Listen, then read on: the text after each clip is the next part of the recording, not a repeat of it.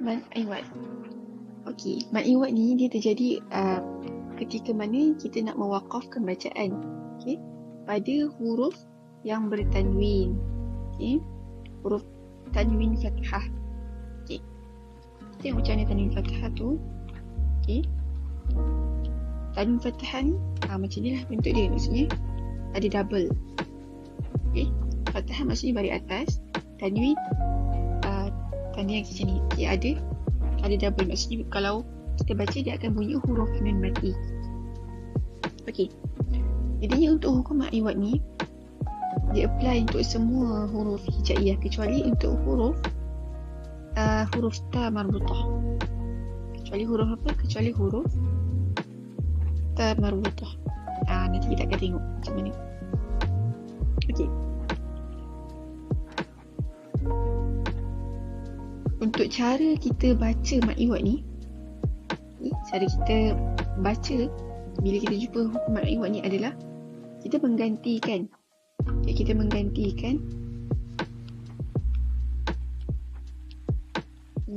daripada salah satu baris daripada tanwin tadi, kita gantikan dia kepada mad. Jadi ia macam mana kita baca, bila kita dah buang satu baris daripada tanwin tu, maka kita akan baca dia bunyi yang tak ada huruf nun mati. Jadi contohnya pada ayat ni, wal jibala autada. Bila kita berhenti, kita akan baca wal jibala autada. Kenapa kita tak baca wal jibala autadan? Sebab kita dah menggantikan satu daripada huruf daripada baris tanwin tadi kepada mad. Jadinya kita baca dia panjang berapa harakat? Panjangnya adalah 2 harakat. Okey, ingat lagi sekali, bila kita jumpa mad iwad, maka kita akan ganti satu baris tanwin tadi kepada mad, dan kadar harakatnya adalah 2 harakat.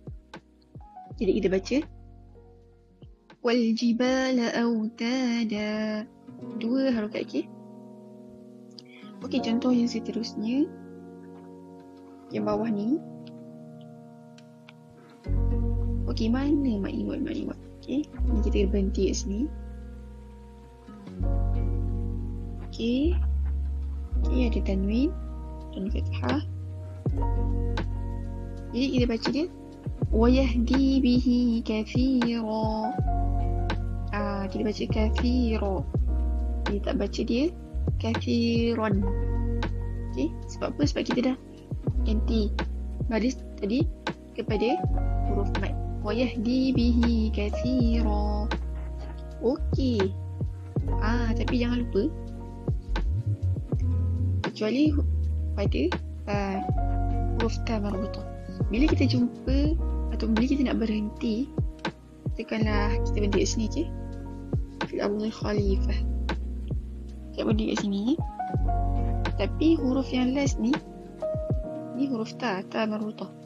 Tapi ta marbutah ni dia berakhir dengan tanwin fathah. Kalau tempat lain tadi pun sama juga, tanwin fathah.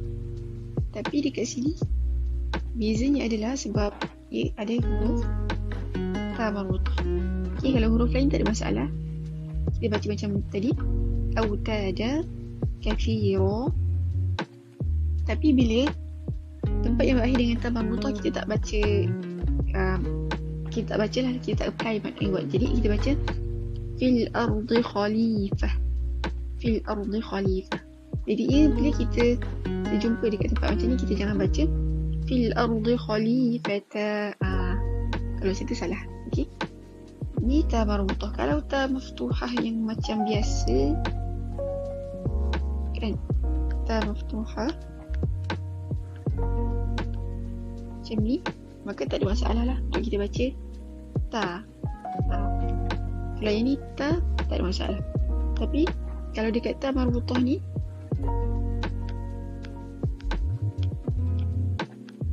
okay, kita baca fil ardi khalifah. Okay, berhenti macam biasa.